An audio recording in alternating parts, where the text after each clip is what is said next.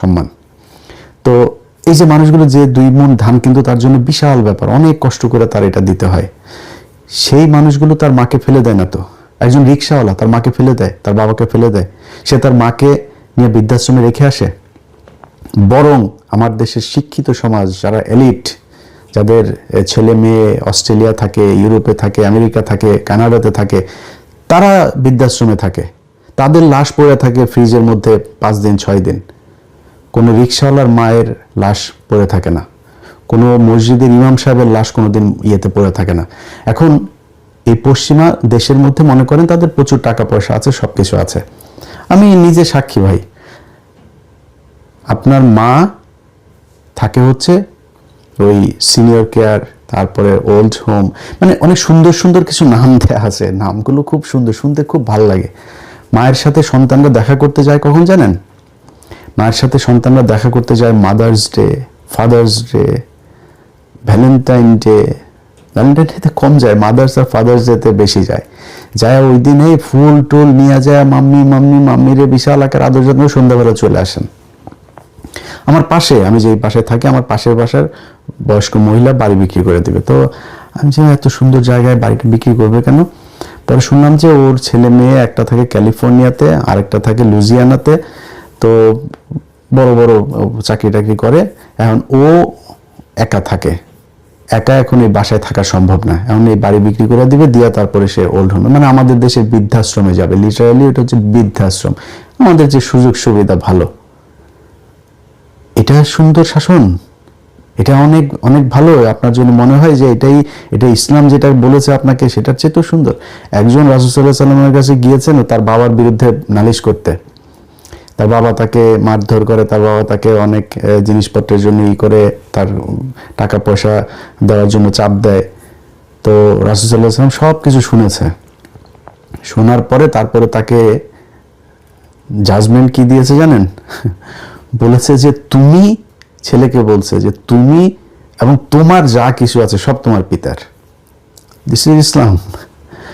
শয়তানি করার জায়গা না তো। যারা মানে দুর্বল চিত্তে শরিয়াটারে পুরা একদম মানে আদিম যুগের, আরে ভাই আপনি জানানই তো নাই শরিয়ার মধ্যে বলেছে কি সেইটাই জানেন। আপনি আপনার মতো করে খালি বলেছেন নারীদেরকে পর্দায় থাকতে হবে, নারীদেরকে, নারী বাইরে গেছে, নারী যুদ্ধ করেছে, নারী কাজ করেছে, চাকরি করেছে, চাকরি করবে, করছে, কোনো সমস্যা নেই। আপনি কে বলেছে তাদের ঘরের মধ্যে আটকে রাখতে হবে?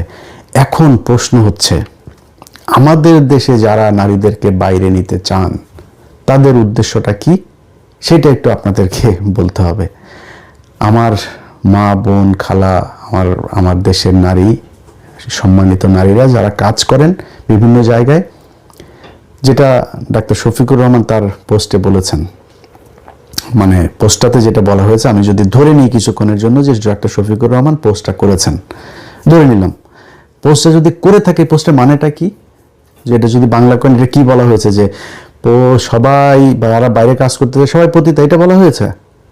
বলা হয়েছে তা বাইরে কাজ করার নামে তাদেরকে পতিতা বানানো হয়, বা বাইরে কাজ করতে গিয়ে পতিতা হয়। এখন এটা কতটুকু সত্য? আমার বাংলাদেশে যদি নাকি সত্যি কথা বলেন, তাহলে আপনার কাছে আমার প্রশ্ন থাকলো যে বাংলাদেশের কোন অফিস আছে যে অফিসের ভেতরে নারী নির্যাতন হয় না, যৌন হয়রানি হয় না? একটা অফিস বলেন। পুলিশের শুধু যারা ক্যাডার হয়ে যারা আসেন, এএসপি, এর নিচে নন ক্যাডার যারা এএসআই, এসআই, কনস্টেবল, প্রতিটা জায়গায় চরমভাবে, আমি বলছি না যে সবাই তাদের ইজ্জত দিয়ে দিতে হয়, খুব কষ্ট হয়।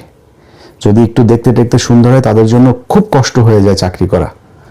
প্রতিটা জায়গায় এরকম অভিযোগ অহরহ হাজার হাজার পেয়েছি। এটা বাংলাদেশ। একটা অফিসের ভেতরে বসের সাথে আপনি যদি ভালো নিতে চান, আপনি করতে হবে। আমার অফিসের কথা বলে যারা এই নারীদের বিরুদ্ধে মানে খুব করে, আমি 21 টিভিতে কাজ করেছি, আমি সেখানকার কথা বলি।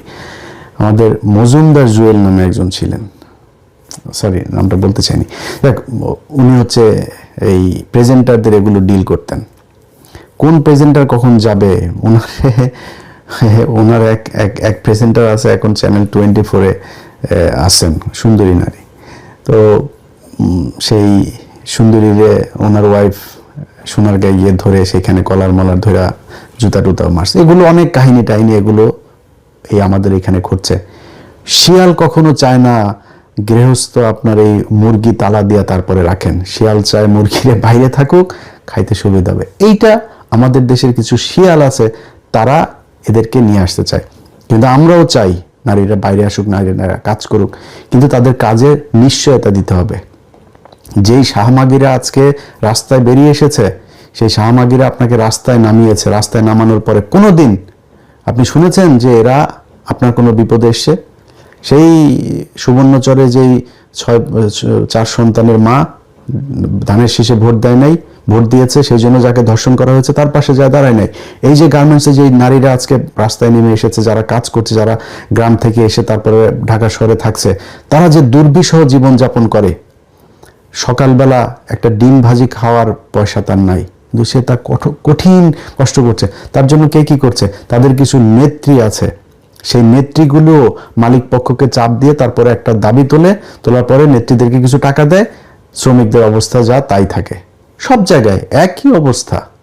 তাদের নিরাপত্তার জন্য, তাদের সামাজিক আর্থিক কোনো নিরাপত্তার জন্য তারা কোনো কিছু করে না, কিন্তু ইসলাম সেটার বিধান দিয়েছে। ইসলাম বলেছে যে আপনার ঘাম শুকানোর আগে আপনার দিতে হবে। আপনি আপনার একটা প্রতিষ্ঠানের কত % আপনি দিবেন, আপনার ইনকামের কত % আপনার অধীনস্থদের দিবেন, গরিব মানুষকে দিবেন, সবকিছু ইসলাম বলেছে। এর চাইতে সুন্দর করে পৃথিবীর কোনো আইন আপনারে বলে নাই। এখন ধরেন আমি যদি নাকি কিছু দেশের কথা বলি, মনে করেন কিছু দেশ একদমই মানে না, ইসলাম একদম মানে না, মানে কোনো ধর্ম মানে না, এরকম কি আছে? ধরেন চীন আছে, ধরেন উত্তর কোরিয়ার অবস্থা তো ভয়ঙ্কর, ওইটা ধরলাম না, সাউথ কোরিয়া উন্নত রাষ্ট্র, জাপানও অনেকটাই তারা সেকুলার। তারপরে ওই যে আরেকটা দেশ আছে ওই যে আমেরিকার সাথে যুদ্ধ করেছিল, ভিয়েতনাম, তারা মোটামুটি বলা চলে 100% আপনার সেকুলার। এরকম অনেক দেশ আছে যারা এখন সেকুলার, সিঙ্গাপুর এরকম অনেকগুলো দেশ আছে। তাদের দেশের মধ্যে তারা বলেছে যে তারা খুব ভালো আছে, তাই না? তারা খুব উন্নতি করছে, অনেক সুন্দর আছে। আচ্ছা, আপনি কি জানেন যে এই পৃথিবীর ভেতরে সবচাইতে বেশি, মানে খুব শান্তিতে আছে তারা, আর কি ইসলাম নাই এই জন্য খুব শান্তিতে আছে, সবচাইতে বেশি সুইসাইড করে পৃথিবীর কোন দেশের মানুষ আপনি জানেন? একটু সার্চ দিন গুগলে। পৃথিবীর কোন মুসলমান দেশে, আমাদের দেশের মানুষ, আমার বাংলাদেশের যে পরিমাণে মানুষের সমস্যা, যে পরিমাণে ঘনবসতি, যত ঝামেলা নিয়ে একটা মানুষ বেঁচে আছে, এই মানুষগুলির ভেতরে যদি খালি ইসলাম না থাকতো, প্রতিদিন কয়েক হাজার মানুষ সুইসাইড করে মারা যাইত। গ্যারান্টি দিলাম এটা। লেখেন গুগলে সার্চ দিন, কারা বেশি সুইসাইড করে, কারা পাগল হয়ে যায়, উন্মাদ হয়ে যায়, তারপরে মানুষের গুলি করে মারা ফেলে। দেখেন বিভিন্ন দেশ এরকম ক্যাটাগরিক্যালি দেখেন, সব উন্নত দেশ। কেন কেন এত অস্থিরতা কেন? যদি নাকি এত সুখে থাকবেন, আপনার তো কোনো সমস্যা নাই। আপনার ভাই কারেন্টের সমস্যা না, গ্যাসের সমস্যা না, টাকার সমস্যা না, জিডিপি বিশাল জিডিপি আপনাদের, তো সামাজিক নিরাপত্তার জায়গাতে আপনি কাজ না করলেও সরকার আপনাদের বাঁচায় রাখতেছে, চিকিৎসা ফ্রি, শিক্ষা ফ্রি, তারপরে সমস্যা কেন? এটা নিজের একটু প্রশ্ন করেন, তাহলে অনেক উত্তর পাওয়া যাবেন। সব শেষ, আমার মা বোনেদেরকে একটু বলি। আমার মা বোনেরা, ধরেন ডাক্তার শফিকুর রহমান আল জাজিরাতে একটা ইন্টারভিউ দিয়েছে, সেখানে আমি ওনার ইন্টারভিউটা শুনলাম। উনি হয়তো কৌশলী হয়ে অনেকভাবে বলতে পারতেন। আমার সাথে এখানে একজনের কথা হচ্ছিল, সে বলছে যে ডাক্তার শফিক ভাই এটা কি করলো, আমি কি করছে? ডাক্তার শফিকুর রহমানকে প্রশ্ন করেছে যে তোমার দলের প্রধান কেউ নারী হইতে পারবে কিনা? উনি বলেছে না, কোরআন বলেছে। ভাই আমি বলি নাই, কোরআন, এটা কোরআনুল হাকিম, বিজ্ঞানময় কোরআন। এই বিজ্ঞানময় কিতাব বলেছে যে তাকে কেন বলেছে? তার অপমান করার জন্য, অসম্মানিত করানোর জন্য।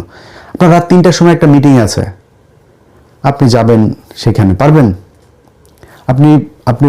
আপনাকে তো আল্লাহ এটা দিয়েছে, আপনি গর্ভবতী হবেন, আপনি এই অবস্থায় আপনি কাজ করতে যাইতে পারবেন?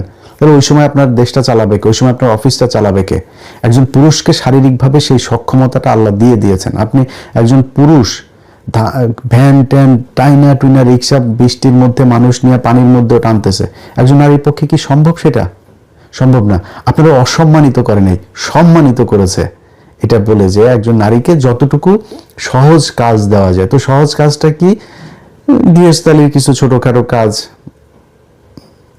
এটাই তো। এই জন্য তাদের ধরেন বাসার বাড়ি টাড়ি এগুলো দেখা টেকা এগুলো তারা তাদের মতো করে করলো। তারা কিছুটা নমনীয়, তাদের শারীরিকভাবেও আল্লাহ তাদেরকে মানে সুন্দরভাবে তৈরি করেছেন। তাদের একটু শক্তির দিক থেকে তারা পুরুষের চাইতে একটু কম শক্তিশালী, এভাবে তৈরি করেছেন। তো তারা কম যেটা পরিশ্রম হয় এরকম কিছু কাজ করবে। এখন এটারে আপনি যদি মনে করেন যে খুব অপমানজনক, খারাপ জিনিস, আপনার সাথে আমি অ্যাগ্রি করলাম। অ্যাগ্রি করে তারপরে আপনারা একটা জিনিস বলি, কালকে থেকে বাংলাদেশে আমি চাই যান আপনাদের সাথে, যারা চান আর কি, তাদের সাথে আমি একমত হয়ে আমি বললাম কালকে থেকে বাংলাদেশে পুরুষদের সবারে বাদ দিয়ে দেওয়া হোক চাকরি থেকে। সব পুরুষকে বাদ দিয়ে সব নারীদেরকে আপনারা অফিসে দিয়ে দেন। তাহলে অন্তত আমরা মানে পুরুষরাও মানে নিশ্চয়তা থাকবো, ঠিক আছে ওই সব মহিলারাই করে, চুলটুল টানানি করে যেখানে পারে ওইখানে থাকুক, কাজ করুক, কোনো সমস্যা নেই। পুরুষ তো নাই, শিয়াল তো নাই, তো শিয়াল না থাকলে তো সমস্যা হবে না। তো তারা কাজ করুক, ওইখানে করবেন, যদি করতে চান ওইটাও করেন, আমাদের কোনো সমস্যা নেই। কিন্তু সমস্যাটা যেটা হবে, আমি ভিডিওটা শেষ করার আগে ছোট্ট একটা গল্প বলে নিই আপনাদেরকে। এইখানে আমেরিকাতে আমার পরিচিত এক আপা আছে। ওই আপা, ওনার হাজবেন্ডের সাথে আমার খুব ভালো সম্পর্ক। ওনাদেরকে আমি অনেক বড় একটা উপকার করেছিলাম কোনো এক সময়, তো সেই থেকে তাদের সাথে আমার পরিচয়। এই হাজবেন্ডকে একটা ঈদের দিন লোকটাকে ওর পরিবারের, ওর ভাই বোন মা বাবা মানে ওর দিকের কোনো আত্মীয় স্বজনের সাথে তাকে মিশতে দেয় না, যাইতে দেয় না। ঈদের দিন নামাজ পড়ার নাম দিয়ে ওই লোক একটু গিয়েছে ওর ভাইদের বাড়িতে দেখা করতে, এই পাশাপাশি থাকে, খুব বেশি দূরে না। তো নামাজের পরে একটু সে সন্দেহ হয়েছে, অথবা সে হয়তো পেছনে পেছনে ওই নামাজের ওইখান পর্যন্ত গিয়েছিল, গিয়ে তারপরে ফলো করেছে, দেখেছে যে সে নামাজ পড়ে কই যায়, তার ভাইয়ের বাড়িতে গিয়েছে। তার ভাইয়ের বাড়িতে সেমাই খাওয়া অবস্থায় কলারে ধরে টেনে তারপরে বাড়িতে নিয়ে এসছে। আচ্ছা, তো ওই ভাই আবার ওনার এই পারিবারিক এই বিষয়গুলো সব আমারে বলতো, এরকম এরকম সমস্যা, হ্যাঁ এই সে, খুব ভয় পাইতো বুঝছেন। মনে করেন যে আমি ওনারে বলছি ভাই আমার টাকা লাগবে 1000, এমন ভাই এটা যেন কোনোভাবে যেন ও না জানে, বুঝছেন, এত ভয়ের মধ্যে থাকতো। তো এই মহিলা এখানে, ওনাদের 2টা বাড়ি আছে, এই বাড়ির ভাড়া টাড়া যা আছে সব ওই মহিলাই করে। উনি এই বয়স হয়ে গিয়েছে, বেশ ভালো বয়স হয়েছে, এখনো খুব পরিশ্রমের কাজ টাজ করেন। তো উনি এই ছেলের বিয়ে করাবেন, ওই মহিলা ছেলের বিয়ে করাবেন। তো আমারে এসে বললো যে ইলিয়াস ভাই আমার ছেলের তো বিয়ে করাবো। ছেলেটা আমেরিকায় বড় হয়েছে, কোনোদিন বাংলাদেশে যায়ও নাই। তো বলছে ভাই আমেরিকান মেয়েদের তো বিয়ে করাবো না, এরা বেশি চালাক, আর বাংলাদেশে বিয়ে করাইতে চাই, সহজ সরল দেখে একটা মেয়ে আমার খুঁজে দিবেন, যাতে এখানে এসে বল বাংলাদেশের মেয়েরা কিন্তু আবার একটু লোভী হয়, ওরা এসে কিন্তু আমার বাড়ি টাড়ি এগুলো টিয়ে যেন এইসব টাকা পয়সার খবর টবর যেন না নেয়, একটু সহজ সরল দেখে, একটু গ্রামের মেয়ে দেখে, আমার সুন্দরী, আবার স্লিম লাগবে, সুন্দরী লাগবে, কিন্তু সহজ সরল গ্রামের একটা মেয়ে লাগবে। তো আমি খুব অবাক হয়ে চিন্তা করলাম যে এই মহিলা তার হাজবেন্ডে তার বাপের ভাইদের বাড়িতে ঈদের সেমাই খাইতে দিতে যেতে চায় নাই, সে এখন তার ছেলেকে চায় আঁকড়ায় ধরে রাখতে। এটা পারবেন? আপনাদেরকে, বাংলাদেশের আমার মা বোনদেরকে যদি আমি কালকে থেকে বলে দেই যে পুরো দায়িত্ব সব আপনাদের, সংসার সব আপনারা চালাবেন, যেই শাশুড়ি তার ছেলের বউয়ের কাছে তার ছেলের বউকে স্বাধীনতা দেয় নাই, যেই বউ তার শাশুড়ির সেবা করে নাই, শাশুড়িকে সম্মান করে নাই, ছেলের সব কিছু তার মানে হাজবেন্ডের সব কিছু তার নিজের ইয়ের মধ্যে নিয়ে, তার কবজায় নিয়ে তারপরে আঁকড়ে রেখেছে, সেই নারী যখন তার ছেলে হয়, সেই ছেলের বউকে সে আবার এই স্বাধীনতাটা দিতে চায় না। তো সমস্যা তো আপনারা ঠিক করেন, আপনারা ঠিক করে যে কার কতটুকু অধিকার থাকবে সেটা সংসারে, কোনো সমস্যা হবে না। কোনো ছেলের বউর সাথে শ্বশুরের ঝগড়া হয় না, সব ঝগড়া বউ আর শাশুড়ির। সমস্যাটা আপনাদের মাঝখানে, আপনারা সলভ করেন, আমাদের কোনো সমস্যা নেই। আপনারা বাইরে কাজ করতে যাইতেছেন, করেন, কোনো সমস্যা নেই, যাচ্ছেনই তো। তো বাইরে কাজ করতে গিয়ে তারপরে এই ঘরের মধ্যে স্বামীদেরকে রেখে সব কিছু যদি সুন্দরভাবে করা যায়, যেটা সবচেয়ে সুন্দরভাবে চলুক, আমার কোনো সমস্যা নেই। বাট মাথায় রাখতে হবে, আপনি আপনার হাজব্যান্ডের যতটুকু চান, আপনার শ্বশুরবাড়ির যতটুকু ক্ষমতা আপনি নিজের হাতে নিতে চান, আপনার ছেলের বউকে কিন্তু অতটুকু ক্ষমতা দিতে হবে। এটা মাথায় রাখে তারপরে যদি করেন, আমার মনে হয় সংসারে কোনো অশান্তি থাকবে না। বাংলাদেশে বহু পরিবার আছে খুব শান্তিতে থাকে, অনেক ব্লগ ট্লগও দেখি, পুরো পরিবারের ছেলের বউ, মা, খালা টালা সবাই একসাথে থাকে, হাসি খুশি মেকআপ টেকআপ করে, ঘোরাঘুরি করে, খাওয়া দাওয়া করে। এরকম একটা ফ্যামিলি আছে সিলেটের, তাদের একটা ব্লগ আমি দেখি, আমার ওয়াইফও দেখে। তো কোনো সমস্যা নেই, শান্তিতে থাকতে পারলে আমাদের ভালো লাগবে, পুরুষরা আরামসে থাকবে, সমস্যা কোথায়? আমরা রান্না বাড়া, আমি নিশ্চয়ই হালুর টালুর টিম এগুলো করতে পারি, আপনারা শিখে নেবেন, সমস্যা কোথায়? রান্না বাড়া করে খাবো। তো যাই হোক ভাই, ভিডিওতে অনেক বিষয় নিয়ে ওয়াজ মাহফিলও করে ফেললাম। যে জিনিসটা বুঝাইতে চাইছি সবশেষ সেটা আরেকবার বলি, ইসলাম কোনো নারীকে ঘরের মধ্যে আটকায় রাখার জন্য তৈরি হয়নি। ইসলাম একটা নারীকে সর্বোচ্চ স্বাধীনতা, সর্বোচ্চ আর্থিক নিশ্চয়তা, সামাজিক নিশ্চয়তা, পারিবারিক নিশ্চয়তা, যা যা দেওয়ার দরকার সব কিছু দিয়েছে।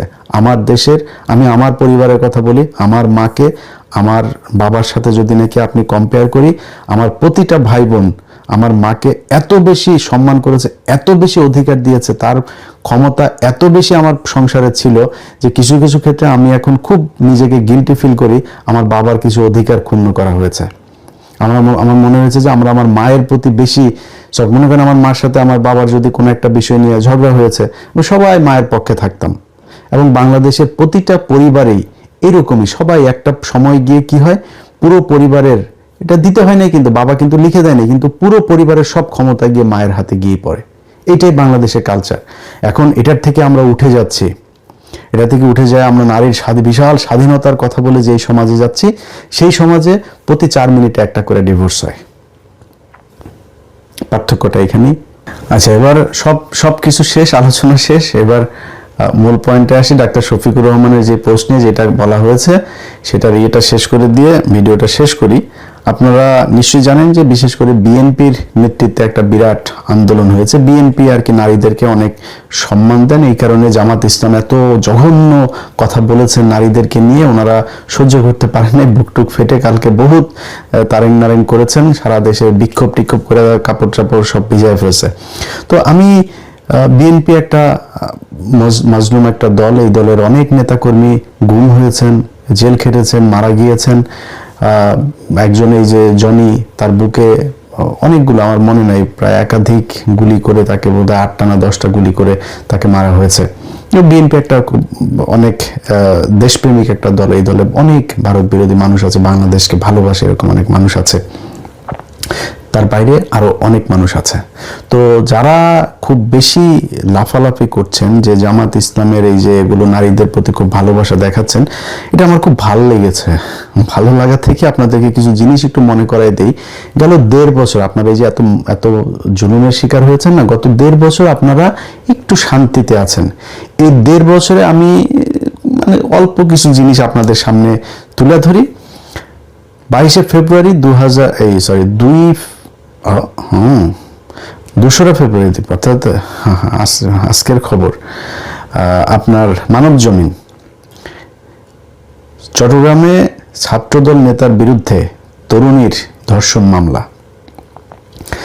ধর্ষণের অভিযোগ, ছাত্রদল নেতা শিশিরকে দল থেকে অব্যাহতি। যুগান্তর 14 অক্টোবর কি 2024, মানে ইয়ের পরপরই, 5 আগস্টের পরপরই শুরু হয়ে গিয়েছে। আচ্ছা, 28শে জুন 2021, এটা আবার একটু আগের। আওয়ামী লীগের সময়ও ভালো পাওয়ার ছিল। ধর্ষণের অভিযোগে ছাত্রদল নেতার বিরুদ্ধে মামলা।